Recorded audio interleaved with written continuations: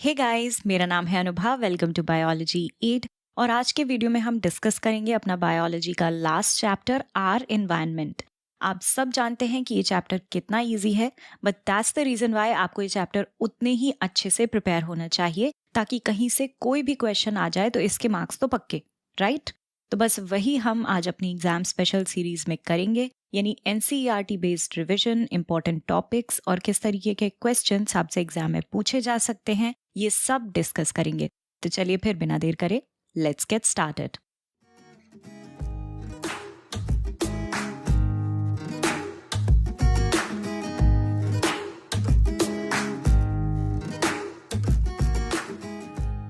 Chapter की शुरुआत होती है इकोसिस्टम से। क्या है इकोसिस्टम? एनसीईआरटी में बड़ी ही इजी सी डेफिनेशन दी हुई है इसकी, that all interacting organisms in an area together with non-living constituents of the environment form an ecosystem। यानी कि किसी भी एरिया में जितने भी लिविंग ऑर्गेनिजम्स होंगे और जो उनका नॉन लिविंग इन्वायरमेंट होगा, ये दोनों मिलके इकोसिस्टम बनाते हैं। एक इकोसिस्टम में जितने भी लिविंग कंपोनेंट्स होते हैं उन्हें बोलते हैं बायोटिक कंपोनेंट, और जो नॉन लिविंग कंपोनेंट्स होते हैं उन्हें बोलते हैं एबायोटिक कंपोनेंट्स। अब चलिए हम इकोसिस्टम का एक एग्जाम्पल ले लेते हैं, पॉन्ड इकोसिस्टम। ये मैंने आप लोगों के लिए पॉन्ड का डायग्राम बनाया है। जितनी भी क्रिएटिविटी थी सब मैंने इसमें लगाई है। ज़्यादा ऑर्गेनिजम्स नहीं है क्योंकि वीडियो भी टाइम से बनाना था आप लोगों के लिए। So anyways, back to our topic. तो यहाँ इस पॉन्ड में बायोटिक कॉम्पोनेंट्स हैं, यानी फिशेज, स्वॉन, और एबायोटिक कॉम्पोनेंट्स हैं जैसे कि वाटर, सॉइल, विंड। अब ये जो लिविंग ऑर्गेनिजम्स हैं ये एक दूसरे पे डिपेंड हैं। मान लीजिए ये फिश है, ये इस फिश को खाती है, फिर ये स्वॉन है जो इस फिश को खाता है। तो इस तरह से ये लिविंग ऑर्गेनिज्म एक दूसरे पे डिपेंड होते हैं, और ये नॉन लिविंग यानी एबायोटिक कंपोनेंट्स पे भी सर्वाइवल के लिए डिपेंडेंट होते हैं। कैसे? देखिए, मान लीजिए अगर वाटर नहीं होगा तो फिशेस कैसे जिंदा रहेंगी, राइट? तो बायोटिक कंपोनेंट्स की जो एक्टिविटीज होती हैं, जैसे कि इनकी ग्रोथ, रिप्रोडक्शन, ये हेविली डिपेंडेंट होती हैं ऑन एबायोटिक कंपोनेंट्स। तो यहाँ क्वेश्चन क्या पूछा जा सकता है आप लोगों से कि what are the components of an ecosystem? तो ऑब्वियसली आप इसमें बायोटिक और एबायोटिक कंपोनेंट्स के बारे में बताएंगे और इसके एग्जाम्पल्स भी दे देंगे, राइट? अब नेक्स्ट, इकोसिस्टम या तो नेचुरल हो सकता है या आर्टिफिशियल, मतलब मैन मेड। नेचुरल इकोसिस्टम का एग्जाम्पल हो गया पॉन्ड, रिवर, एटसेट्रा। उसी के ऑपोजिट आर्टिफिशियल इकोसिस्टम का एग्जाम्पल हो गया एक्वेरियम।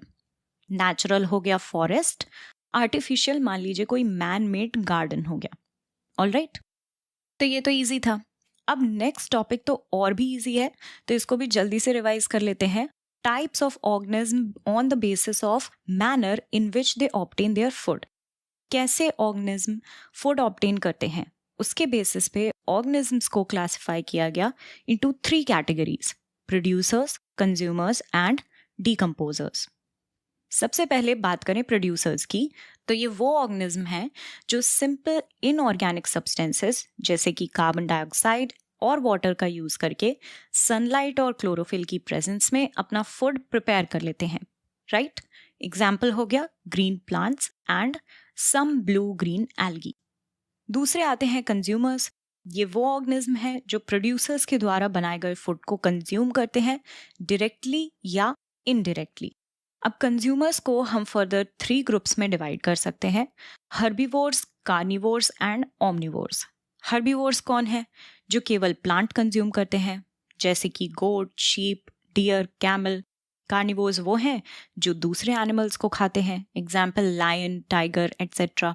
ओमनिवोर्स वो जो बोथ प्लांट्स एंड एनिमल्स को खाते हैं, एग्जाम्पल मैन ऑफ कोर्स, उसके अलावा डॉग, क्रो, एटसेट्रा। अब थर्ड और लास्ट कैटेगरी में आते हैं decomposers. Decomposers usually micro organism होते हैं, और ये डेड ऑर्गेनिज्म में जो कॉम्प्लेक्स ऑर्गेनिक कंपाउंड्स होते हैं उन्हें ब्रेक डाउन करके सिंपल सब्सटेंसेस में कन्वर्ट करते हैं। ऑलराइट, एग्जाम्पल है सर्टेन बैक्टीरिया एंड फंजाई। तो वैसे तो ये बहुत ईजी है, बट आप इसकी डेफिनेशंस और एग्जाम्पल्स को लर्न कर लेंगे। ऑलराइट, अब नेक्स्ट हम आ जाते हैं उन टॉपिक्स पे जहां से इस चैप्टर के सबसे ज्यादा क्वेश्चंस बनते हैं, और हम आगे कुछ प्रीवियस ईयर्स क्वेश्चंस को भी डिस्कस करेंगे। बात करते हैं फूड चेन की, तो सिंपली एक बार बोर्ड्स में पूछ दिया गया था व्हाट इज फूड चेन। तो the flow of nutrients and energy from one organism to another at different trophic levels forms a food chain. तो एक एग्जाम्पल फूड चेन का हमने ले लिया प्लांट, जो कि एक प्रोड्यूसर है। उसको खाया ग्रास हॉपर ने, जो कि एक हर्बीवोर है। अब इस ग्रास हॉपर को खाया फ्रॉग ने, विच इज अ कार्निवोर, और इस फ्रॉग को खा लिया मान लीजिए ईगल ने। इसको हमने बोल दिया टॉप कार्निवोर।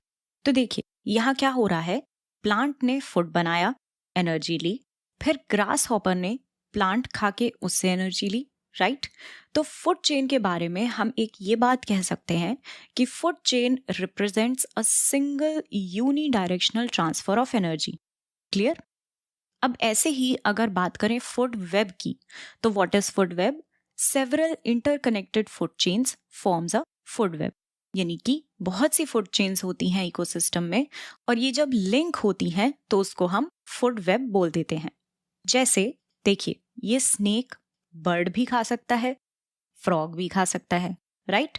तो नेचुरली इकोसिस्टम में फूड वेब्स ही होते हैं। ऑलराइट, अब नेक्स्ट टॉपिक की बात कर लेते हैं, ट्रॉफिक लेवल्स। अगेन हम वही अपना फूड चेन वाला एग्जाम्पल लेते हैं, plant, insect, frog and eagle. तो प्लांट है यहाँ प्रोड्यूसर, फूड चेन हमेशा प्रोड्यूसर से ही स्टार्ट होगी, और इनको हम बोलेंगे फर्स्ट ट्रॉफिक लेवल।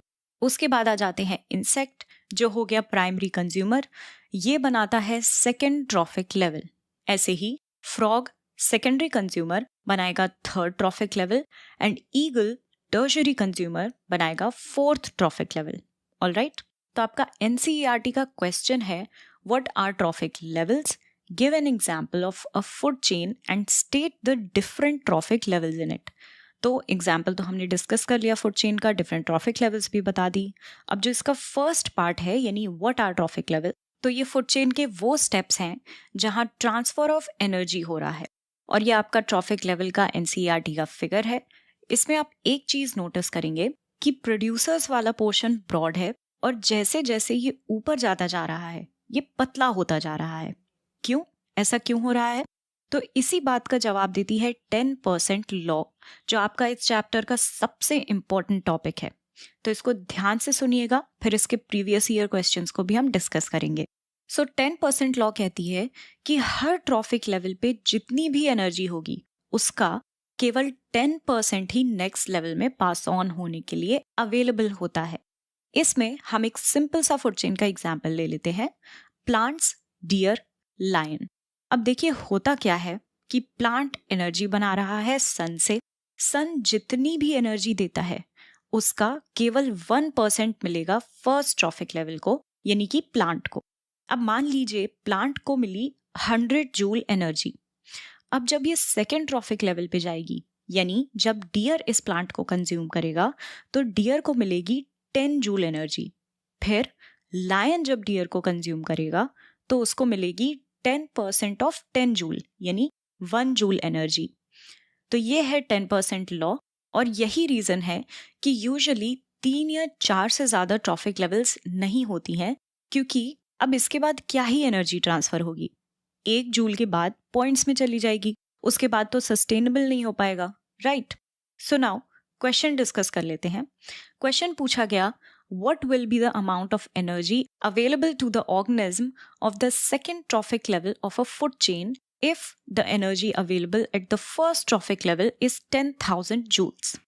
जब फर्स्ट पे 10,000 जूल है तो सेकंड पे होगी 10% ऑफ 10,000 यानी 1,000 जूल्स। तो आंसर हुआ 1,000 जूल्स। क्लियर, बहुत बढ़िया।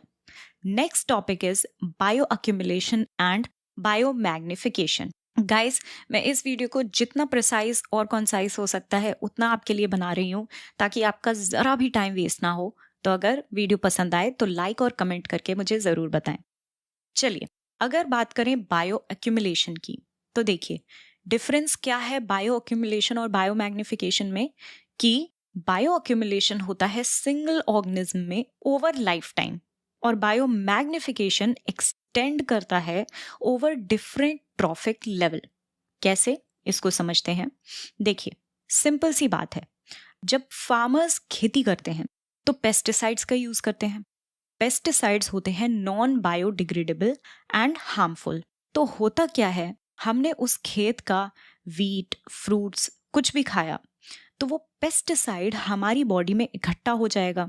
अब ऐसे ही हम अपनी लाइफ टाइम में जैसे जैसे ये सब वीट, फ्रूट्स खाते जाएंगे जिनमें पेस्टिसाइड्स लगी हैं, तो पेस्टिसाइड्स हमारी बॉडी में अक्यूमुलेट होते जाएंगे। इसको बोलते हैं बायो एक्यूमुलेशन। क्लियर? अब अगर बात करें बायो मैग्निफिकेशन की, तो मान लीजिए ये जो खेत था इसमें पेस्टिसाइड्स डाला और ये पेस्टिसाइड गया सॉइल में। सॉइल से इसको प्लांट्स ने एब्जॉर्ब कर लिया। अब ये प्लांट्स कंज्यूम करे किसी हर्बीवोर एनिमल ने, तो ये पॉइजनस पेस्टिसाइड इनकी बॉडी में गया।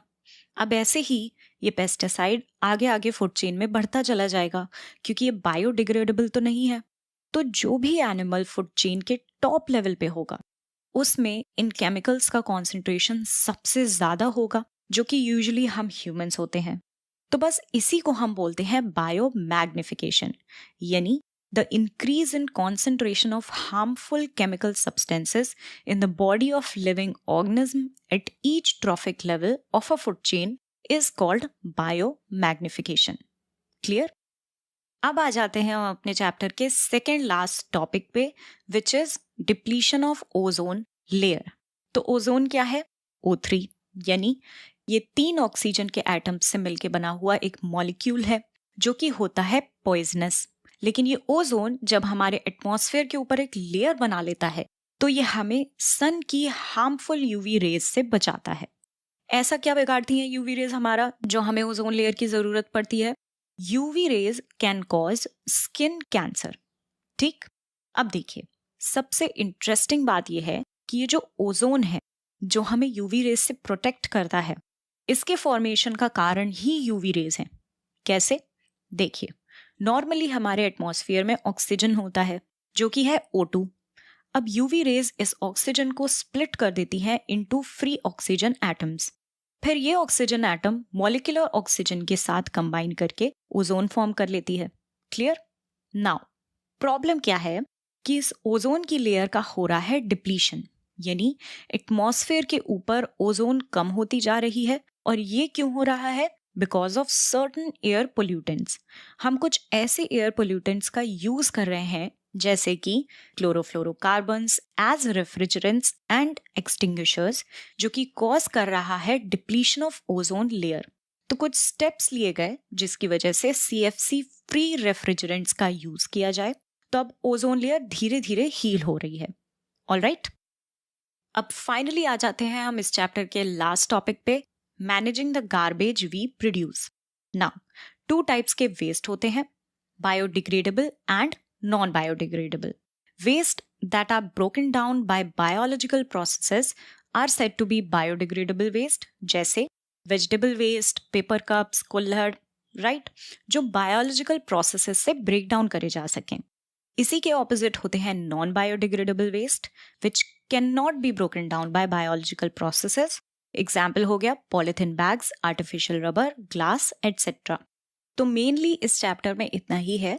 अब यहाँ क्वेश्चन क्या पूछा गया था एग्जाम में वो डिस्कस कर लेते हैं। 2013 में ये क्वेश्चन आया था that why should biodegradable and non biodegradable waste be discarded in separate bins. तो इसका आंसर आप क्या लिखेंगे? क्योंकि बायोडिग्रेडेबल वेस्ट तो डिकम्पोज हो जाएगा, लेकिन नॉन बायोडिग्रेडेबल वेस्ट जो है उसको रिसाइकलिंग के लिए भेजा जा सके, और अगर ये मिक्स हुए तो इट कैन कॉज पोल्यूशन, इसलिए हमें इन्हें सेपरेट बिन्स में डिस्कार्ड करना चाहिए। Alright, so that is it about this chapter, and with that हमारी 10th की biology is done. Hand written notes पे काम चल रहा है एंड वो भी आपको जल्दी से जल्दी अवेलेबल हो जाएंगे।